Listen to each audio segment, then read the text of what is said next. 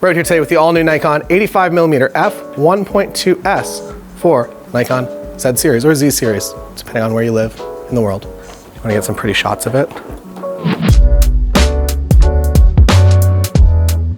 This lens is the best 85mm lens that Nikon has ever made. The focus roll-off and buttery bokeh reminds me of my previous favorite Nikon 85, the 85mm G for digital SLRs. There were no corners cut when designing this lens, and it is an absolute joy to use. For wedding photographers and video creators, this is an incredible addition to the lineup.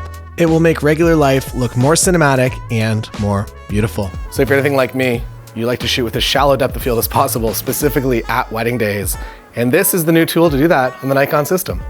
And you might be thinking, Taylor, you're crazy to shoot everything at 1.2 on a wedding day. But honestly, aesthetically, it looks really, really darn nice. And also when you come into a getting ready space, you just make the background disappear. We're at 2.8 here, but look, the background's slowly starting to disappear. And if this was at 1.2, which this image right here is of Liam, where'd the background go? It gone. So a few things I like about this lens.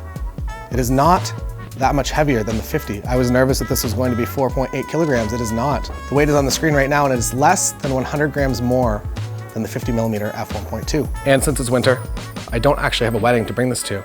However, I am going to be taking some photos of Lindsay over there by the jackets.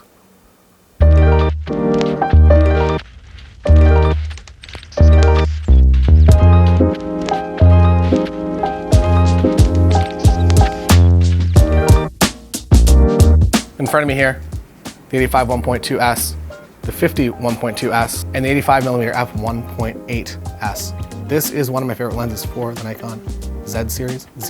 As you can see, the new one is obviously a little bit bigger. In comparison to the 50, they balance pretty much the same. It kind of feels like you're shooting with the 50, to be honest. And we joke and we say that the 85 is the introvert lens, because if you are like myself, you're probably a little bit shy, introverted maybe. And if you're working with your ideal couples, they're probably a lot like you, which means you're probably photographing a lot of people that maybe aren't the most comfortable in front of the camera. If you're photographing models, you're doing portraits with this, easy.